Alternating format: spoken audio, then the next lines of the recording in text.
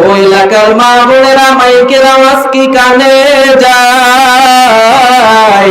ও মা গর্ভে সন্তান নিয়ে তুমি সিরিয়াল দেখো, নাটক থিয়েটার দেখো, তুমি ছবি দেখো, ওই সন্তানের মধ্যেও তোমার এই কর্মের আসর পড়বে। এরপরে সন্তান যখন খালাস হয়, ওই সন্তান মা বাবার কথা শুনতে চায় না, ঠিক কিনা? খাজা মাইনুদ্দিন চিশতির মা কত বড় দামি মা!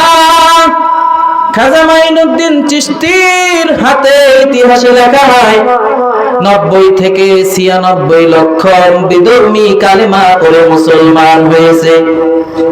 এই খুশির কারণে এই খাজা মাইনুদ্দিন চিশতি ঘরের মধ্যে যাইয়া তার মায়ের সামনে হাসতেছে। মা জিজ্ঞাসা করতেছে, মাইনুদ্দিন তুমি এত কেন খুশি? ডাক দিয়া কয়, রে মা, আমার হাতে 90 থেকে 96 লক্ষ বিধর্মী কালেমা পড়ে মুসলমান হয়ে গেছে।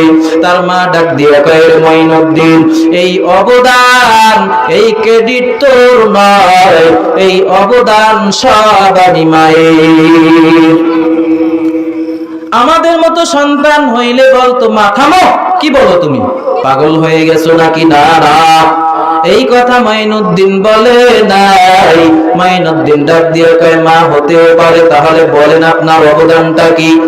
মাইনুদ্দিনের মা ডাক দিয়া কয়, রে সন্তান,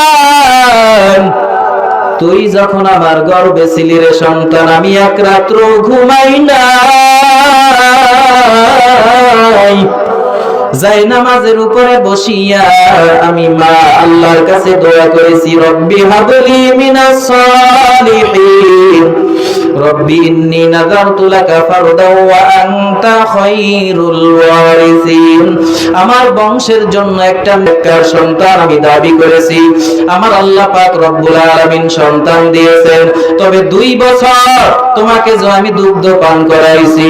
আল্লাহ রব্বুল আলামিন বলেন, ওয়াল ওয়ালিদাতু ইরদি'না আওলাদাহুন্না হাওলাইনি কামিলাইনি লিমান আরাদা আন ইউতিম্মা আর-রাদআ।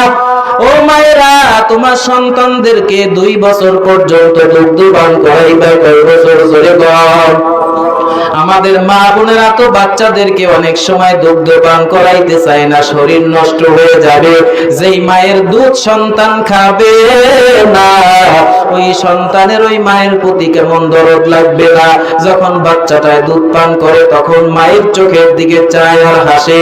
যারা স্বাস্থ্য বাঁচানোর জন্য ওই ডানো ল্যাকটোজেন এইগুলা খাওয়ায়, পান করায়, ওদের সন্তানের প্রতি ওদেরও মায়া হয় না, আর মা বাবার প্রতিও সন্তানদের মায়া হয় না। যার কারণে বুড়া বয়সে সন্তানের হাতে বাবার লজ্জা পেতে হয়, ঠিক কিনা? জোরে কর। এরে নবীর উম্মতের দল, মাইনুদ্দিন চিশতির মা বলতেছে, আমি 2 বছর পর্যন্ত যে তোমাকে দুগ্ধ পান করাইছি, আল্লাহর কসম, আমি একটা ফোঁটা দুধও তোমার মুখে বিনা ওযুতে দেই নাই। ও পর্দার অন্তরালের মা, আপনাদের অবদান ইসলামের জন্য কম না, আপনাদের ব্যাপক অবদান আছে। হাসরের ময়দানে কোটি কোটি মহিলাদের মধ্যে হযরতে খাদিজাতুল কুবরা রাদিয়াল্লাহু তাআলা আনহা ডাক দিয়া বলবে, আল্লাহ গো, মহিলাদের মধ্যে সর্বপ্রথম আমি নবীজির হাতে কালেমা পড়েছি। আমার যত সম্পদ ছিল সব আমি নবীর কদমে হস্তান্তর করেছি। ও আল্লাহ, তুমি আমাকে মাফ করে দাও।